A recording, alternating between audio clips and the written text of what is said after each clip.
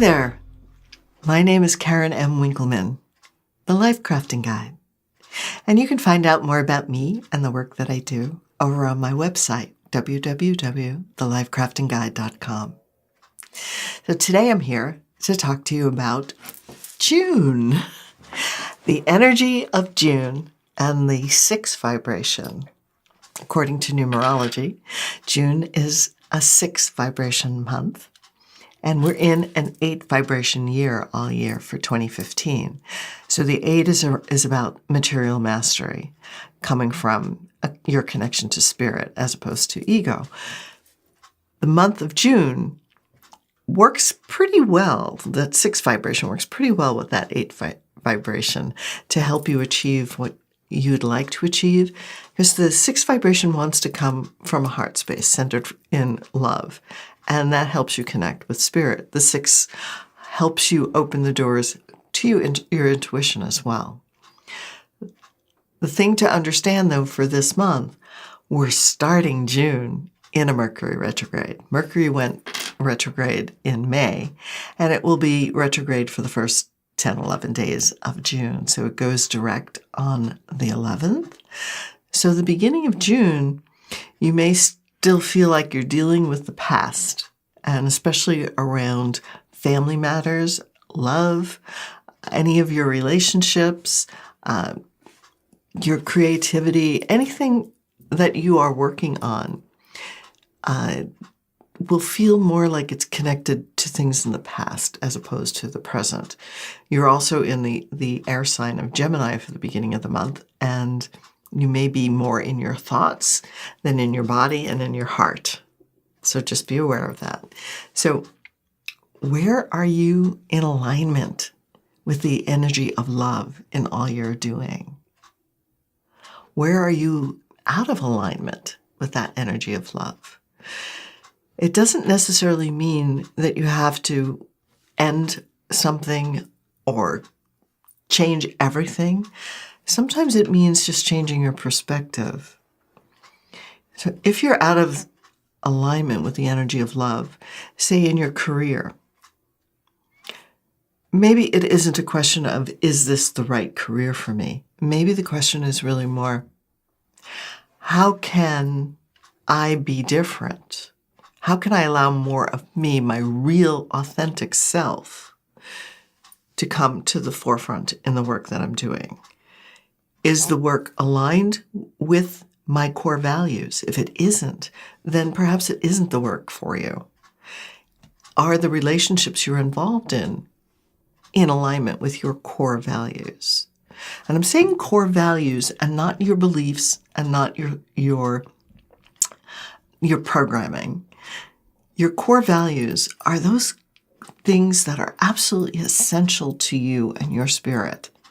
And so when you're out of alignment with your core values, you create inner conflict over wanting something and having something completely different than that.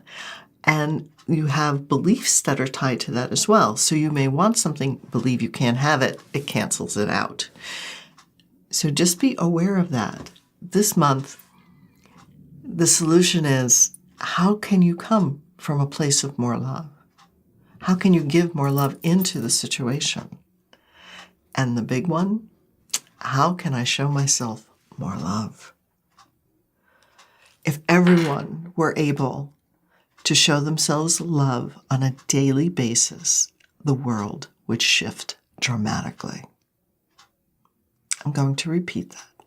If everyone could show themselves more love on a daily basis, the world as we know it would shift dramatically.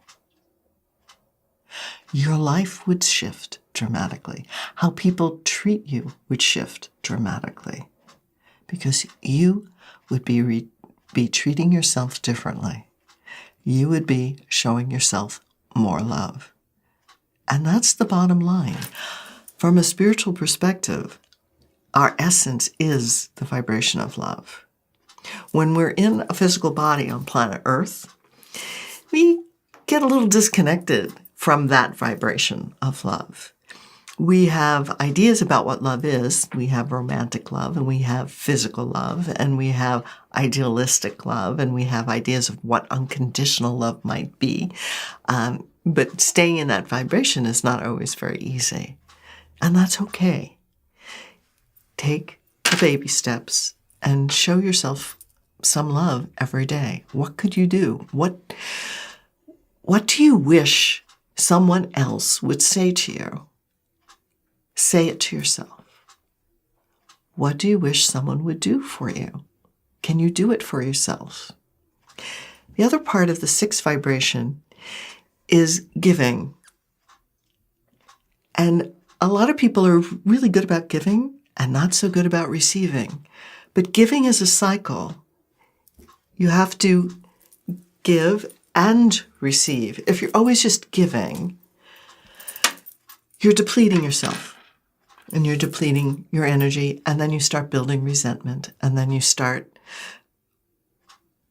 wanting to run away or end a relationship or think that they're just very ungrateful. And then you start deciding that there might be something wrong with you because you're giving them all this and they're not giving you what you want in return, which could be affection, could be love, could be any number of things, whatever is your particular wound and the place of lack that you're still dealing with. So this month, just be aware of what they are and send love into them. You don't have to change it all overnight. Just by applying love will be tremendous because you're probably not used to doing that. So if you're an overgiver, I ask you to stop because you're not helping you and you're not helping them. Because the energy isn't clear and pure. You're giving, and you're giving for a reason to make you feel better about yourself in some way.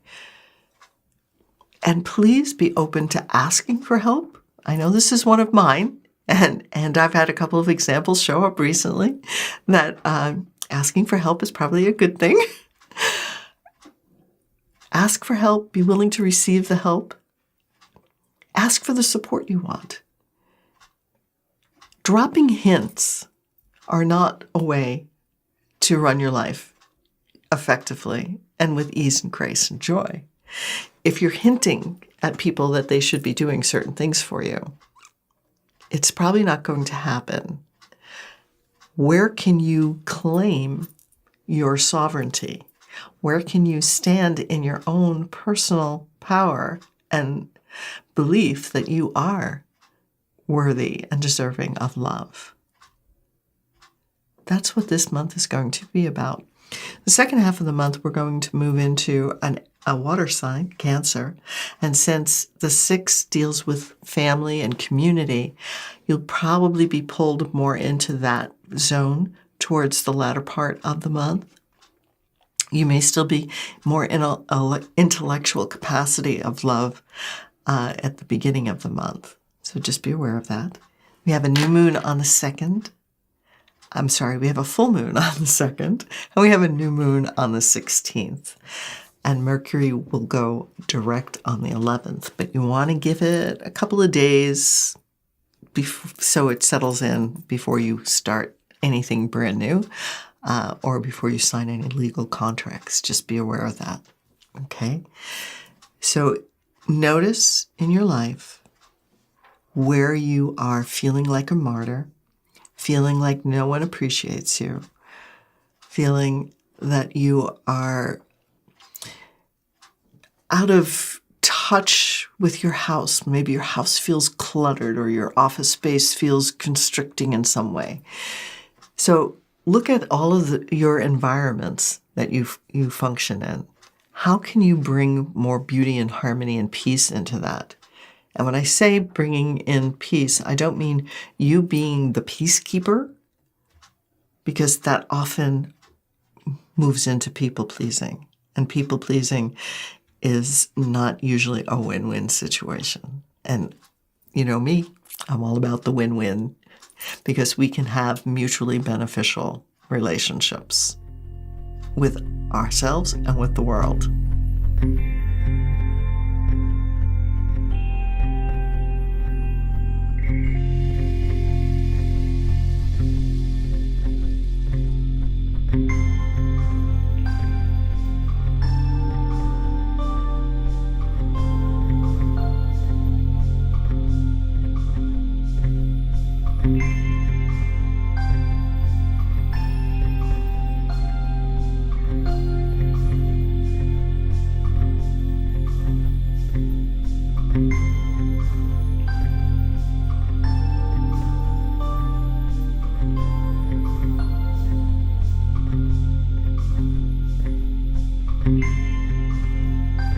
So, how do you come into more alignment this month with the vibration of love?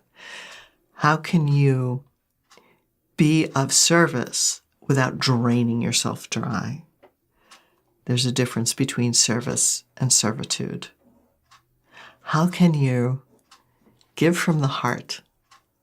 How can you sit in gratitude every day for what you have and who you are? Even if there's only small things, start somewhere. And by being grateful, you open your heart to receiving more love. So for any fathers out there, happy Father's Day.